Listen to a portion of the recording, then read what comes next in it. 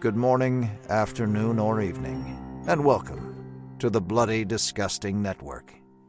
The following show is just horrifying. Beware.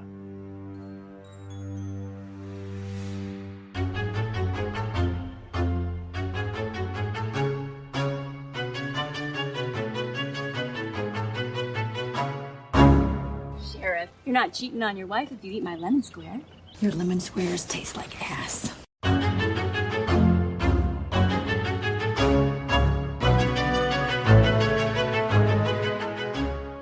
And welcome back to Horror Queers. It's your bonus minisode, and I'm Joe. And I'm Trace, and we are talking Addison Heimann's new queer horror film, Hypochondriac. Folks, this was very exciting for me because Addison Heimann was the director of Jeff Drives You, which was a micro-queer short that we have covered on the show before. So I was so excited for Hypochondriac because it's like, how often does a short director get to end up making a feature? Mm-hmm. And it's really fucking queer to boot. Very, very, very queer. Unabashedly queer. Explicitly queer in some ways. In many ways. So, folks, if you have not seen this, Hypochondriac, the logline from IMDb is a young Potter's life devolves into chaos as he loses function of his body while being haunted by the physical manifestation of his childhood trauma. And pretty significant trigger warning for things like self-harm and mental illness. This has been interesting, Trace. I think we're going to have a good conversation about it because some people are really responding to the mental illness portion of it and like the hallucinations that this character is experiencing. And then other people are like, oh, a little of that goes a long way. And what I'm really more interested in is the reality of like this queer man trying to cope with it, but also being reticent to involve his partner and so on. And that latter part is where I fall in this. I mean, I reviewed this at a South by Southwest, and I was really excited to go in to see it because, yeah, I mean, queer horror. Like, it's like, fuck yeah, give it to me. Mm-hmm. And I did find myself responding a lot more to the non-genre elements of this film. So, like, the scenes where it is more quieter human drama. The horror elements, which, you know, I mean, we have a lot of hallucinations here, some trippy editing. We have, of course, your Wolfman in a costume. Oh, yeah. I liked them at first, but then I kind of got tired of them after a while. And as a horror fan, it's a weird position to be in where I'm like, oh, I'm really enjoying the story of this movie. I wish the horror stuff would stop. Well, it's a little bit exhausting, right? So I've been tracking the way that people have responded to this, and some people feel like, yeah, the hallucinations, they're not just repetitive, but also they're really hard to get through because... You know, we've seen this a lot in horror recently, more often than not with women, where it's like the unreliable protagonist, is she losing her mind or is it really happening? Thankfully, this film doesn't go that route, but it doesn't reduce the fact that we're still just seeing this character go through the emotional and often physical ringer to combat their mental illness. And, you know, I think some people will find pleasure and catharsis coming out the other side of it and being like, okay, we all went through that together. It was exhausting, but here we are. Whereas other people are like, okay, it feels like we're just seeing the same thing, you know, a dozen times. Well, and it's not even just within the film. It's just in stories like this in the horror genre.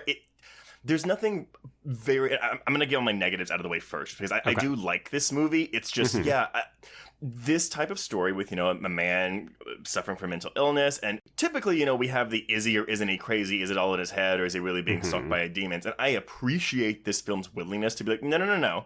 He's mentally ill. That's out of the way. Mm-hmm. And I thought I would like that. But then, unfortunately, what it did was I was like, oh, but I'm still missing some kind of not that I'm missing a conflict, but it made the experience of most of the second act and kind of going into that third where I was like, okay, like we're just kind of seeing a lot of the same stuff here that I've seen in other movies done before. Mm-hmm.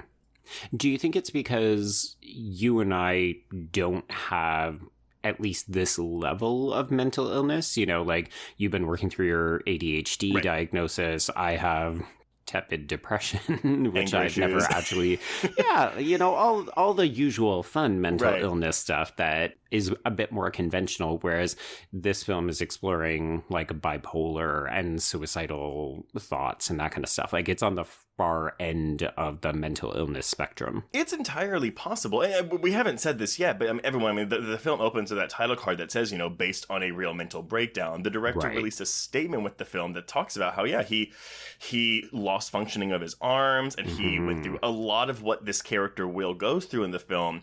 So his goal with the film was trying to convey exactly what it feels like to be suffering from mental illness. And on that level, I do think he succeeds. I just think also, while, sure, you're going through a lot of the same frustrations, a lot of the same routines because, doctors won't listen to you. You're afraid of telling your loved ones because you don't want to be a burden.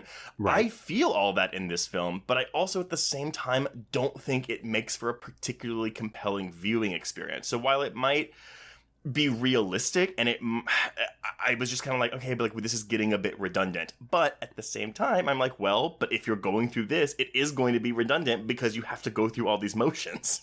Yeah, it's part of the struggle with mental illness, right? It's not as though you take a pill and you're cured or you're fixed, or you go to see a therapist and, after a certain number of sessions, you get that clean bill of health. Mental illness is often forever. It's something that you can relapse on, that you're going to struggle with, that you might have to, every time you start a new relationship, confide in this person and say, hey, I've struggled with this. Or, oh, it's been 6 months and I've been dating this person. I feel really close to them, but also I'm not ready to let them in and see that really shitty dark side of myself that even I don't know how to process. Right. And it is some of these insights. And again, we'll talk about the scenes with him and with Will and his partner, but it's those are the scenes where I'm captivated. I am moved by these scenes. And I feel like there's something, he struck something here. Hymann has struck something here. And then we get to the horror elements where I'm like, oh, but these all feel kind of generic and uninspired. And that may sound really harsh, but it's more so if the human drama wasn't working so well for me, I might be less bothered by generic horror stuff because I'm like, cool, this is just on the same level. But it's just so different for me. Right. Okay, that's interesting because it's not necessarily that the horror is bad. This isn't a bad movie in that regard. You're just saying the highs are so high that when we get to the kind of more average horror interpretation with these hallucinations, it's just a little too been there, done that. Yeah, exactly. And so that's why I gave it a 3 out of 5 because I would recommend this movie. It's just one of those things where I'm like, oh, but I wish there was a bit more creativity done in those horror scenes. Right. Okay. I can definitely understand that. I feel like the first big set piece, so there's this reprieve where Will, who is played by Zach Vila, takes his new-ish boyfriend Luke, who is played by Devin Gray. They kind of do an escape to a cottage in the woods, and Will gets high on shrooms, probably not the best decision. Yeah. And he ends up tripping out in the hot tub, and this is the first real moment of horror where we see the wolf, who is the symbolic representation of his mental illness, stalking him and attacking him, and he ends up really injuring his arm. It's the first of several times that this will happen throughout the film.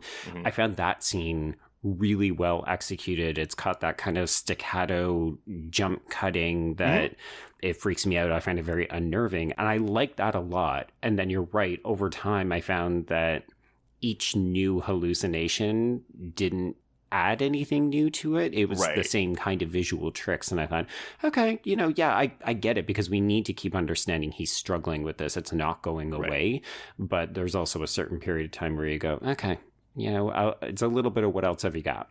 Right. But at the same time, again, when you're like, okay, but he really went through this, it's like, well, he's just putting his experience out there. But again, that's the difference, where it's like, well, sometimes you have to make changes or adjust things to make the movie better.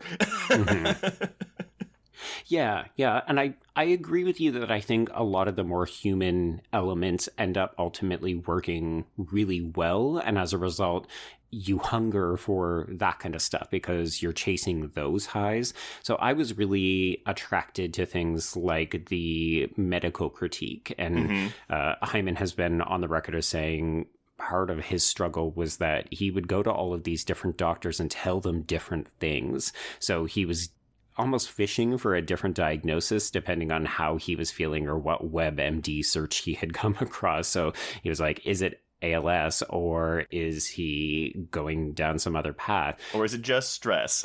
Is it just stress? And there's some comedy to be mined from this, because of course each time we see a doctor, it's a new doctor, and they're giving him different diagnoses, but also the end result is always, maybe it's just stress. Well, and that's the thing too. I mean, I get the critiques there, and those do work. I mean, it's a bit on the nose, but it works because it's not that far from the truth. No, that's the hard part. But I did want more scenes with Paget Brewster's therapist. Like, I wanted more scenes of him confronting this. So, I mean, so that's also where kind of the third act feels a bit rushed to me, because we go from his one meeting and then like, well, okay, cool. Then the end of the movie, we resolve it and like he's in the institution and blah, blah, blah. I kind of wanted more scenes of him talking this out. And that's where, again, where I'm like, well, we're wasting real estate, meaning the runtime of the film, on these hallucinations. And I want to kind of know more about what he thinks about this outside of what's going on with me. What's the problem? But even like the scenes with his father, which on the surface, I think the father can come across as very unlikable, but then you realize that it's just his own way of trying to help his son. Like when he says things, very, very inflammatory remarks to get him to lash out. Right. To help him like not stress out. And I was like, the back and forth of emotions I felt in that scene from, oh, fuck this guy too. Oh, I see what you're doing. And I liked that. That was really interesting to me. Yeah, it's a tough character to pull off in that regard. I mean, let's get this out of the way as well. Zach Villa is doing a fucking amazing job as Will, because he is truly the anchor of this. But it's how other characters sort of come in and out of his life that end up either grounding or heightening the emotional components of the film. Yeah. So like the dad, who's played by Chris Dubček, doesn't have a ton of scenes, but it's really vital to understand, because we haven't actually mentioned it, but Will, he's kind of like a second generation mental illness sufferer. Like his mother struggled with bipolar as well, and he's really traumatized by the attempted murder she committed on him in the opening scene. Yeah, the movie opens with her in an episode, and she nearly strangles him to death, and he's haunted by the memory of this, and I think also afraid that he will become just like her. And of course, she's re-traumatizing him by provoking him with new tapes and videos, and she's stalking the boyfriend and so on. So it's important that we understand how his father dealt with his mother back in the day, but also, you know I was looking for more empathy from his father, because he's already gone through this, and he seems so cavalier and nonchalant. And then, you realize, oh no, this is the way that he has learned how to deal with mental illness in his own way. Exactly. And I think, too, I mean, again, like maybe us as queer folks, I mean, I don't know how your relationship is with your father exactly, but my dad, and not to say he's unemotional, but like we just didn't really grow up having like those kind of talks. And so we found other ways to not cope with each other, but work with each other when we have to have those discussions, if we have those discussions. Right. And so again, like maybe that's why that resonated with me. And granted, my dad doesn't say things to piss me off to like get me like whatever, but it's similar in that like we don't have those like sit down heart to hearts like I'm sure some people do have with their parents. Right. Yeah, I have that relationship with my mother. My dad is kind of like, oh, we're cracking jokes and sitting on opposite sides of the room and watching television together. Yeah. I mean, even too, I mean, like, I'm jumping a bit here, but like Madeline Zima as the boss in this movie, I'm like, oh, cool. Like Madeline Zima, like, let's get more from her. And then, it's just kind of, she's just there to be like, oh, you can't have time off. Oh, I'm a stressful boss. That's it. It feels a little slim to me, but maybe it's because there is so much in this film that we don't have time to also deal too much with his work life outside of the injury that's going to happen to him. Yeah, and of course, like nearly everything in the film, this is based on some real life experiences where Heimann was working. I gathered it's a bit more of a manual labor job, but he was required to be moving heavy boxes, and his bosses didn't appreciate the severity of his arm injuries. Yeah. So I think this ends up getting played a little bit more for comedy. It's a little bit of a kind of LA related joke, right? Yes. He works for a high-end pottery company, and of course, he is Latinx. And we've also got a coworker of his, Sasha, who is played by Yumeri Morales. And so we got these two people of color who are working for this uppity white bitch who is just basically doing zero work and going to galas and trips and stuff. So there's some class comedy going on there. I took it to be like you're dealing with your own really significant shit, but then you also have to go to work at your minimum wage job because you got to pay the bills. Right. And I appreciate what you're saying that, yeah, I would have loved to have had a bit more of this because the comedy is funny and there's a good moment of horror where, you know, Will sticks his arms into a kiln and burns himself really badly because he's having a hallucination, which is good horror stuff. Yeah. But it's tricky because at the end of the day, this is meant to be, how do you do this shit when your life is falling apart spectacularly in other regards? So it feels in some ways like Will is a fully rounded character who's got multiple competing interests, but it also means that we're just getting little slivers of a lot of things. Right, and that would make sense since Will is the proxy for Hyman. Yes. But yes, yeah, it has the maybe unintended effect of having a lot of characters just kind of be like a bit of a shorthand almost. Yeah, they flit in and out, and if you like or latch onto one of them, you're like, ooh, give me a little bit more of them, and then they're gone, and they don't always come back. Like his coworker, it's like, oh, like she's really interesting too. But I guess we've buried the lead a bit, though, because we do have a pretty graphic sex scene in this film with also full frontal male nudity, which we don't see a lot, except in queer films, because the queer films know it's okay. Yeah, and folks, if you haven't had an opportunity to check it out, we did an interview with Hyman after we had both screened the film at South by Southwest or the Boston Underground Film Festival earlier this year. But we specifically asked him about how this sex scene came about because, yeah, this is full frontal nudity from men as well as rimming, Trace. Yes, which I've seen. I'm trying to think of movies that I've seen rimming in, like outside of the usual, like Short Bus. Right, that's where I went to. I know. I was like, because that's the one, right? Like That's when you see rimming not in porn, it's like, oh, I'm seeing something here.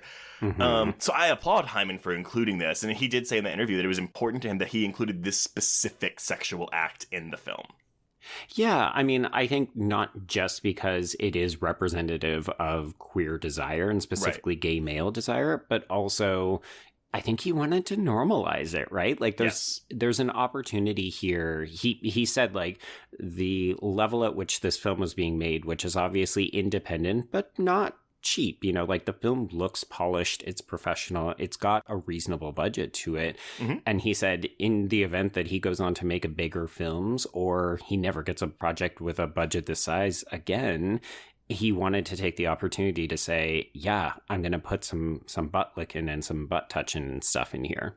Which I appreciate even because I have also met gay men who were like very anti-rimming for, I don't know, hygiene issues or whatever. So I appreciate the effort because I'm like, no, everyone rim each other. It's good. Oh my God. It is a personal preference as a sex act. You can be gay or you can be queer and not engage in rimming. But for sure. Yeah, if you've been reticent to try it, then maybe this film, well, I was going to say this film will show you it looks very pleasurable, but then unfortunately until it's this not. scene.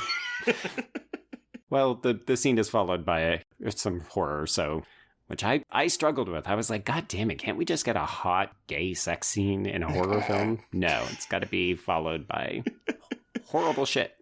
Also, I mean, tiny segue, but like the actor playing the boyfriend, Devin Gray. So he's been in a bunch of stuff before. He's primarily an actor, but he did write that Helen Hunt movie that we both really, really like, I See You. Yes. And the actor is gay in real life, which means that movie is queer horror no matter what. So there we go. Slotting it down for future coverage. Yeah. Well, let's talk a little bit about their relationship, because that's really the kind of other big thing that I think both you and I really ended up appreciating. You know, it's hard to watch Will sort of fall apart or even to push Luke away because he doesn't want to let him in. He's afraid of being vulnerable. As you said, he doesn't want to be a burden.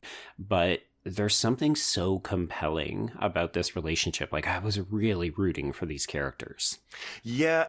It is, again, almost a thing where I'm like, I wish there was more of this boyfriend too, but I get it. Like, I won't go too much into my personal stuff, but just like I don't have my other half here to like speak for himself. But you know, if y'all have listened to our It Follows episode or X-Files I Want to Believe, like, you know that my husband has has struggled with mental illness, depression, things like that. And I have been like present in moments where it's like not anything on the level in Hypochondriac, mind you, but where it's like, you know, they're feeling a certain way and you want to help them, but you know, there's nothing you can really do at the end of the day to fix anything that they're going through. So all you can do is just be there. Be there. Yeah. And it was just nice. I honestly thought for a moment that this boyfriend was going to cut and run. And I really like the fact that that's not what happened. And watching their relationship, I was like, yes, like this is like really, really, really resonating with me.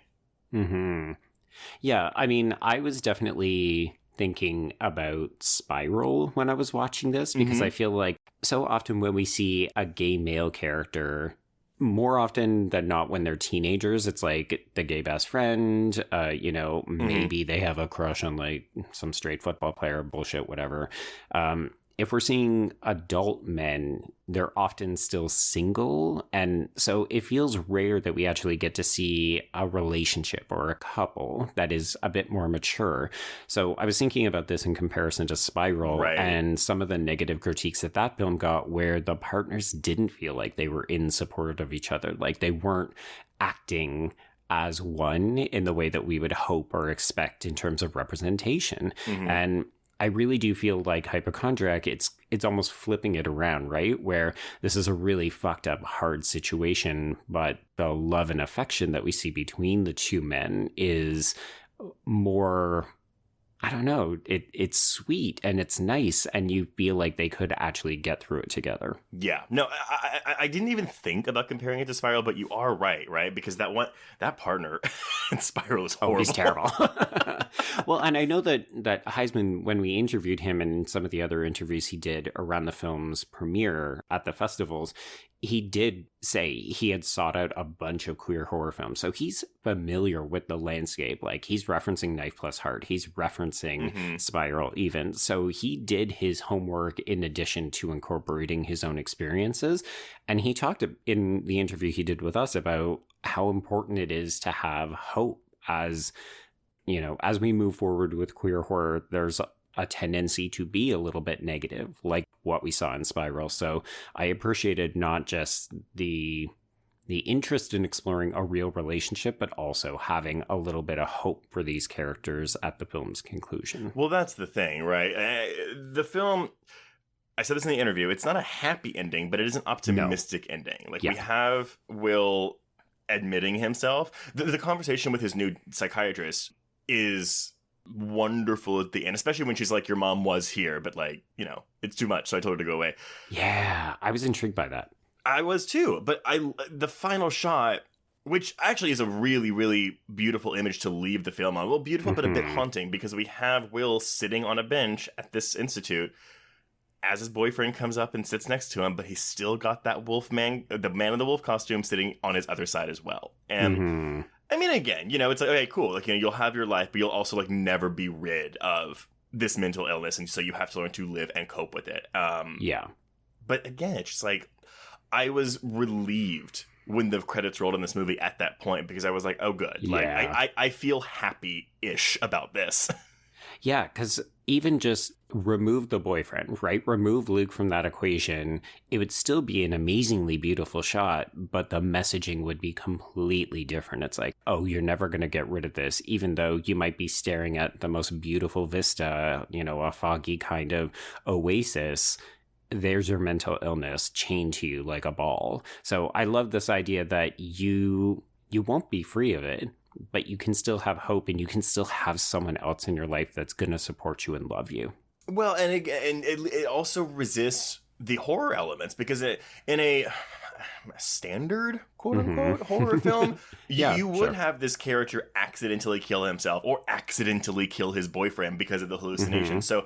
Oh, I totally thought we were going there. After the sex scene, I thought that's where we were going, and I was so relieved. I wrote in my notes, oh, that boyfriend's dead. Like, so I was so happy to be wrong. So on that level, yes. When I guess that the film works in that way, where it's like priming me for standard horror tropes, because it really is following some standard horror tropes, but then pulls out of the genre to give us that ending. Yeah. Yeah, it's interesting. I almost wonder if part of the reason... Sorry, I'm now doing that thing that you dislike where I speculate about some of the issues that you maybe had with the film. Mm-hmm. I wonder if it had been more traditionally straightforward, just like hardcore horror, or more traditionally straightforward drama. Like, I wonder if it's the intersection between the two that just doesn't marry quite as well. Yeah, I think you're right. I think even in my review, I said, like, the push and pull between the two genres can work. I just don't think it works in this film. Right. Yeah, and that's a hard thing to overcome, because I do agree with you. I'm a little bit more positive on the film than you. But yeah, there are some elements that don't 100% work for me. And I think it's that tension between the genres where... It's not bad. There's just certain things where I wonder if there was another way to do this that could have made it just a little bit more effective. Yeah, and I mean, don't get me wrong. Like, even while writing my review, I mean, I have this director's statement I'm reading, and I'm like, God, like, it's separating myself. By critiquing the film, am I also critiquing, like, the experience he went through? And it's really, like, learning to divorce yourself from that and be like, no, I've got to just really put that aside. Acknowledge it. Put it aside, though, and treat this as a film, which is what I'm doing. Yeah. It is really tough, though, right? When we're talking about art as an extension of its creator. Like, we regularly talk about films on the podcast as, okay, people had to make creative decisions. This was their intent. Does it end up working or coming across in that way? And we always, our repeated refrain. Well, once you've created it and released it into the world, it's up to audiences to make up their mind. But it's hard when it's so, autobiographical like this. Like, is it even possible to remove Heimann from this film? Like, I wonder how many people watch this and don't know how intricately it's based on his real life, and if they're able to then say, okay, yeah, this worked or this didn't. Well, and that's the thing, though, right? So, I mean, obviously, the film should be able to stand on its own, even if you didn't know it was based on a true story. However, that element does add layers to this film that I think is important to have and enrich your viewing experience. So I agree, yeah. It's just a tricky tightrope to walk because, again, it's a personal and a passion project for Heimann, and I respect that and I get it. It just, it just doesn't always work for me. Yeah, and I wonder if part of the other reason that we're sort of carefully negotiating all of this is that, in a way, this feels a bit like the first of its kind. I can't say that I've seen too many other queer horror films that are crafted this way, right? Like, a lot of the time it's, I'm telling a story. I thought it up, I wrote it down, we filmed it, and now it's a film. Well, and also, I mean, because I know this probably just wasn't Heimann's experience, but I am a bit surprised, too, there isn't more... Like, the movie is explicitly queer, as we have said, but there's no... like residual trauma or something from being queer outside of the opening scene where we have one of the boys calling shitty him kids. Yeah, they're using the F slur on him, but like we don't really have much more of that, or even how his mother or father really handled him being gay in his youth and how that might have contributed to his current mental state. And so again, there's the things where I'm like, well, I mean, if you have this story, you're telling a story about trauma and mental illness, and you have a queer lead, I think it would be interesting to feature that in there as well. But again, that might not be Heimann's experience. So right. It's interesting because as you were saying that, I was thinking to myself, I actually don't want that, because part of the thing I like about the film is how the queerness is just there. Like, it's part of who this character is, and it's actually not related to the trauma. It's not something that needs to be unpacked because it's an element, it's a facet of this character. And I really liked it. But then as you were talking, I actually had those questions about his race and his queerness, because, I mean, really, at the end of the day, we're talking about really strong representation from a person of color, but also a queer man. And, I'm just going to say, not something we always see. So you hunt for it, right? Well, yeah, I mean, even like the nugget when his boss is like basically flirting with him and coming on to him, but then she's like, but it's okay because you're gay. It's like, okay, cool. Like, that's something that I pick up on because I'm like, yeah, that's not appropriate. You can't do that. It's just those little nuggets where I'm like, I kind of wish more of that was sprinkled throughout. Not necessarily, I guess, that the trauma was also tied to his queerness, but I don't know, just more things like that. But now I'm just getting into what I want more in the film that isn't here. So it's like, well, that's not constructive criticism.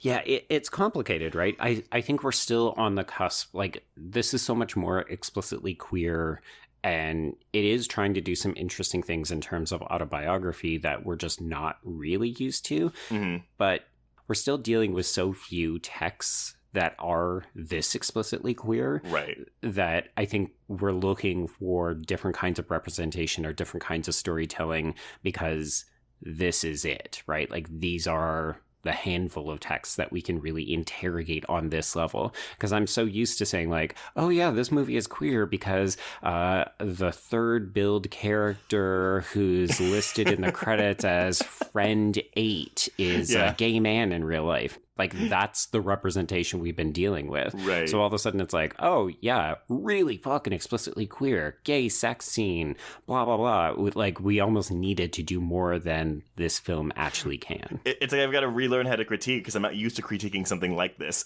Right? Yes, exactly. All that to say, even though not everything about this film worked for us, I will take about 5 to 10 more of these films, trying, maybe not always succeeding in every regard, because yeah, this was satisfying on a bunch of different levels. Even when it didn't nail the execution, I was like, I'm just really happy to be watching this explicitly queer horror film. Well, I also think too, like, as you said, we don't often get things like this. And so, and also because a lot of filmmakers that want to make these stories haven't been allowed to make these stories. So as more of them get made, a lot of films have to start somewhere. So we will get bad works, we will get generic works, and then we will get good works. And so it's all about, I guess, seeing, like, I mean, this is an opportunity for this genre of film, and we'll just say queer horror, to establish its own tropes, to establish its own narrative and formulas and stuff. And so that is exciting to me. It's just, for me, this film is leaning a bit too much on tropes we've seen before. So I'm excited for the future of the genre and where it goes. But at the same time, this is a great stepping stone to that. And I don't think it's so confrontational that non-queer audiences are going to look at this and say, oh, that's not for me, I'm not interested in it. Like, there's enough meat here to latch onto. So I'm hopeful that people are checking it out, that they're sampling it, that they're processing how they feel about it. And yeah, like you said, I hope that this is the future of way more text like this to come. I agree. It'll probably be stuck in the indie landscape and not mainstream cinemas, but that's okay. Right. Yes. Well, okay. Well, I mean, everyone, let us know what you thought. Again, I still recommend this movie. I think it's definitely worth a watch. A lot to get from this. But let us know your thoughts, and I don't know, send it in the comments and whatever. Yeah, absolutely. Let us know your feelings. But until we get our next queer horror film that we can do a fun bonus minisode on, I guess we can cross out Hypochondriac. Indeed, and cross out horror queers.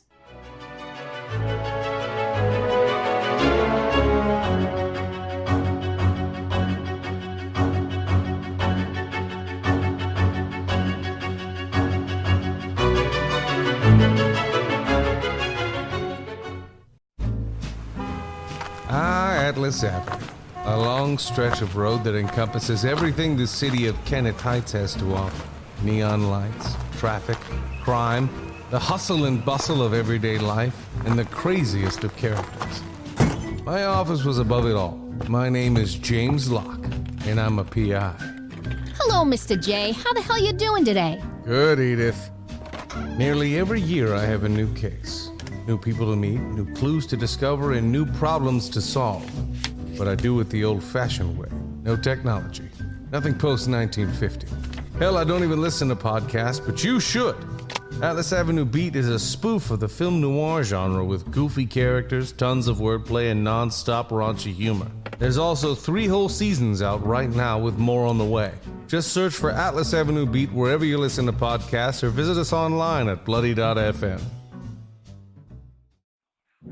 Hello, I'm Shelby Scott, the host of Scare You to Sleep, a podcast where I tell you spooky bedtime stories full of creepy sound effects and music that is soothing yet unsettling to help immerse you into a world of horror. This is a show for those of us who have realized horror can be a strange but relaxing escape from reality. Speaking of escapes, sometimes I lead you through guided nightmares, like a guided meditation, but instead of flowery meadows, I take you on a journey through your own personal nightmare. So come get lost in the terror with me. Listen to Scare You to Sleep wherever you listen to podcasts, or find us online at bloody.fm. Sweet screams.